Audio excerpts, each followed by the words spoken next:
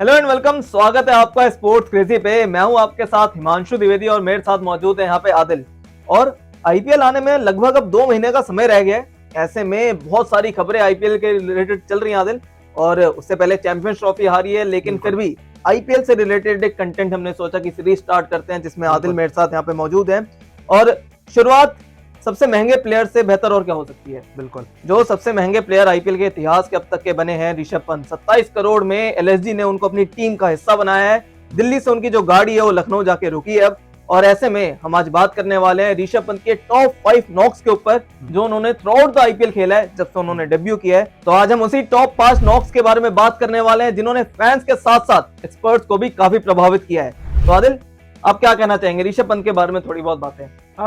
सबसे पहले तो ऋषभ पंत आईपीएल के सबसे महंगे खिलाड़ी बन चुके हैं, इतिहास के सबसे महंगे खिलाड़ी बन चुके हैं आईपीएल के।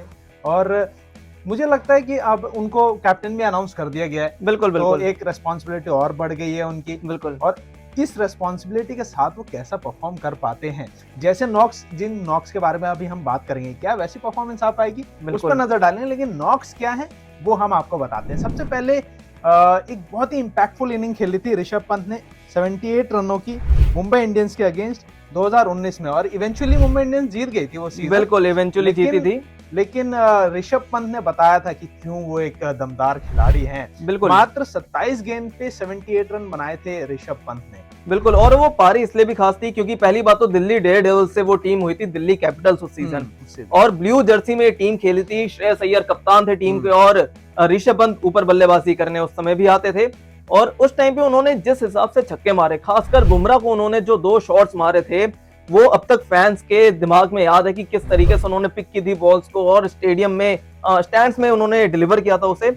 और यही उस पारी को खास बनाता है, क्योंकि एक टीम मजबूत स्थिति में है पहले से, उसमें आके आपने फिनिशिंग टच दिए। आखिरी ओवर में आउट हुए थे 20वें ओवर में, पर उससे पहले जो डैमेज करके गए, हार्दिक को मारा, बुमराह को मारा, दो इंडियन ऐसे बॉलर्स जो उस समय करंट सेटअप में थे उनको मारा, और उसके बाद एक ऐसा स्कोर बनाया जो कि टीम एक रिस्पेक्टेड टोटल पे पहुंची।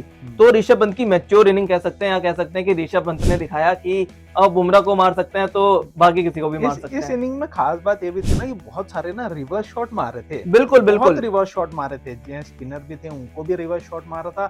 और वो रिवर्स स्कूप खेलने को जो देखा, फास्ट बॉलर के अगेंस्ट रिवर्स स्कूप जो खेल रहे थे, उसने सबसे ज्यादा इंप्रेस किया था उस सीजन ऋषभ पंत के। बिल्कुल। तो ये एक थी जो हमने 5वें नंबर पर रखी है, मुंबई इंडियंस के खिलाफ जो आई थी, ये 78 रन की बारी जो आई थी 2019 के आईपीएल में। तो ये 5वें नंबर की थी।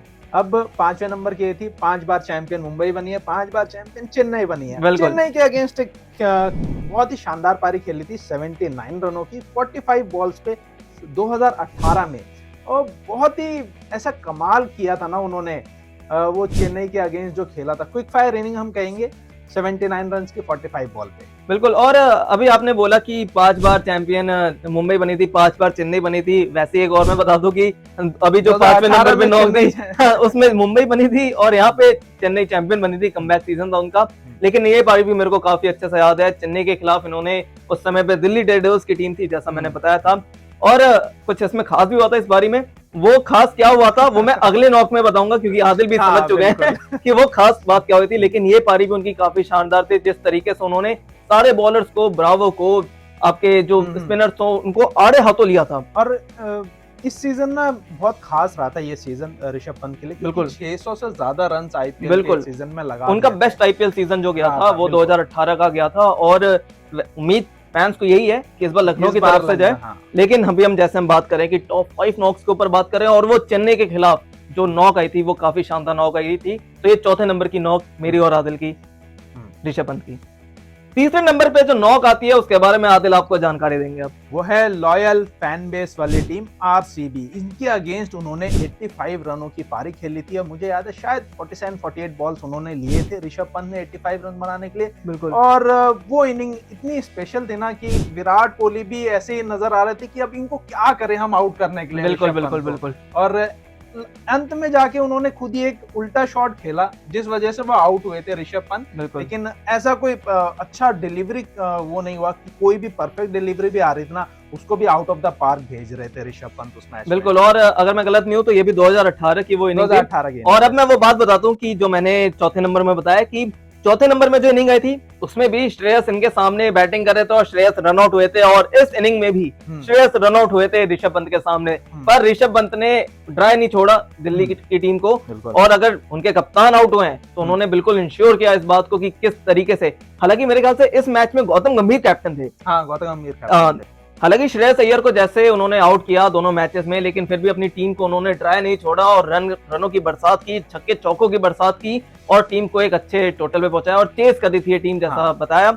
और ये जो नॉक थी वो हमारे लिस्ट में, हालांकि ये चेस कर नहीं पाए थे, सक्सेसफुल रन चेस हुआ नहीं था, लेकिन ये इनिंग बहुत स्पेशल थी क्योंकि एक समय ऐसा लग रहा था कि ये मैच जिता देंगे, लेकिन जब ये आउट हुए तो फिर थोड़ी सी प्रॉब्लम हुई और इस वजह से जीत नहीं पाई थी। चौथे नंबर की भी जो इनिंग थी उसमें भी चेस कर रही थी दिल्ली की जो टीम थी चेन्नई के खिलाफ, वहां पे भी फिनिश नहीं कर पाए थे, लेकिन उन्होंने वहां से दिखाना चालू किया कि वो किस केपेबल के हैं, किस प्रकार के खिलाड़ी हैं, और आगे जाके अभी हम देख रहे हैं कि करंटली वो आईपीएल के सबसे महंगे खिलाड़ी बन चुके हैं।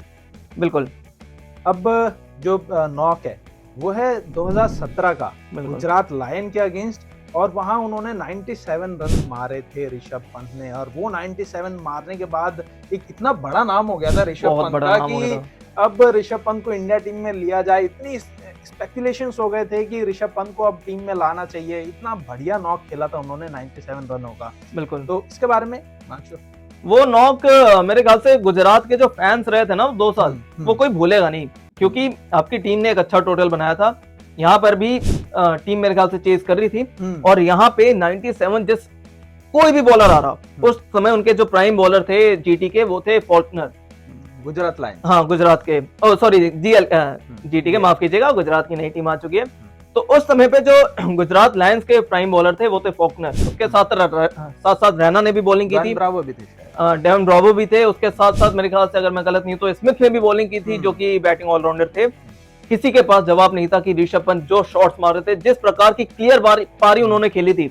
अब तीसरे नंबर की हमने बात की लिस्ट में, चौथे नंबर की बात की, पांचवें नंबर की बात की, इनफैक्ट अगर मैं पहले नंबर की भी बात करूँ ना, तब भी ये जो दूसरी इनिंग थी, ये पारी ऐसी थी कि इतने क्लीन शॉट्स थे कि 97 पे जब वो आउट भी हुए तब भी रैना जाके उनको कंसोल कर रहे थे कि कोई दिक्कत नहीं, वरना वो पारी चेस कर रहे थे, बिल्कुल 208 रन का टारगेट चेस कर रहे थे, और ऐसे परिस्थिति में 200 से ज्यादा के स्ट्राइक रेट से उन्होंने रन बनाए। और मुझे याद है कि जब 20 या 20 कुछ बॉल थे तब उनके 30 रन के आसपास थे, उसके बाद जो एक्सेलरेट करना शुरू किया, हर ओवर में छक्के चौके आ रहे, हर ओवर में बाउंड्री हो रही, और रैना मतलब समझ नहीं पा रहे थे कि क्या करे। कोई पीछे दिनेश कार्तिक खड़े थे स्टंप्स के पीछे, वो भी बिल्कुल कह रहे थे कि मतलब एक होता है विकेट कीपर इन्वॉल्व होता है, पर विकेट कीपर बिल्कुल उसको भी समझ में नहीं आ रहा कि क्या कर रहे हैं, क्या बोले कि बॉलर इतना मार ना खाए। 18वें ओवर में 208 का टारगेट चेस कर लिया था दिल्ली ने उस सीजन, और इसका सबसे बड़ा श्रेय जाता है अपने ऋषभ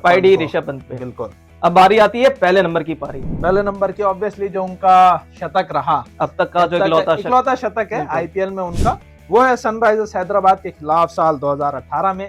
63 गेंदों पे उन्होंने 128 रनों की बहुत ही शानदार पारी खेली थी। हालांकि ये मुकाबला हार गए थे, मुकाबले काफी आ रहे हैं, देखिए जिसमें उनके काफी अच्छे मुकाबले रहे हैं और वो मुकाबले वो हारे हैं। ये दूसरा वाला मुकाबला जीती थी टीम जो जीटी वाला था, पर ये मुकाबला भी ऐसा था क्योंकि लोगों को इसलिए याद है, जैसे मैंने अभी कहा कि 2019 में उन्होंने बुमराह को मारा, 2018 में उन्होंने उस समय के इंडिया के प्राइम बॉलर भुवनेश्वर को मारा, और जिस तरीके से भुवनेश्वर के 3 ओवर में 25 रन थे, और चौथे ओवर में जो उनका आखिरी ओवर था, 20वां ओवर था इनिंग का, उसमें जो उन्होंने रिवर्स शॉट लगाए हैं, वो लैप शॉट लगाए जो उन्होंने, जो पहली झलक हमें देखने को मिली थी ऋषभ की, वो उसमें देखने को मिली थी। और मेरे ख्याल से 26 रन, बिल्कुल 26 रन मारे थे उस ओवर में, और टीम हालांकि 180 कुछ ऑड रन पे पहुंच पाई थी, जो कि सामने विलियमसन और धवन ने मिलकर जिता दिया था मुकाबला।